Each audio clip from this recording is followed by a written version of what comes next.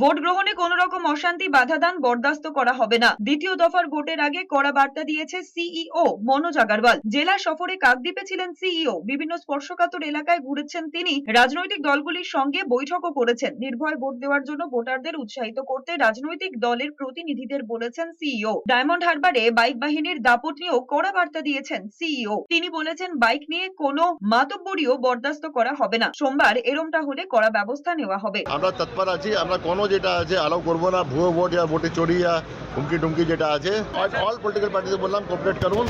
আমরা খুব সখ্ত অ্যাকশন নেব যে আমাদের আটকাবে। প্রত্যেক বুথে আমাদের সিসিটিভি আছে, লাইভ ফিড আছে। কোনো বুথে কমপ্লেন্ট হবে, 10 মিনিট আগে হয়েছিল, 10 মিনিট পরে দেখবো, আমি স্ক্রোল ব্যাক করে দেখতে পারবো। আর 100 মিটার ভিতরে বুথে কেউ ঢুকতে পারবে না, সিএপিএফ এরিয়া থাকবে ওটা।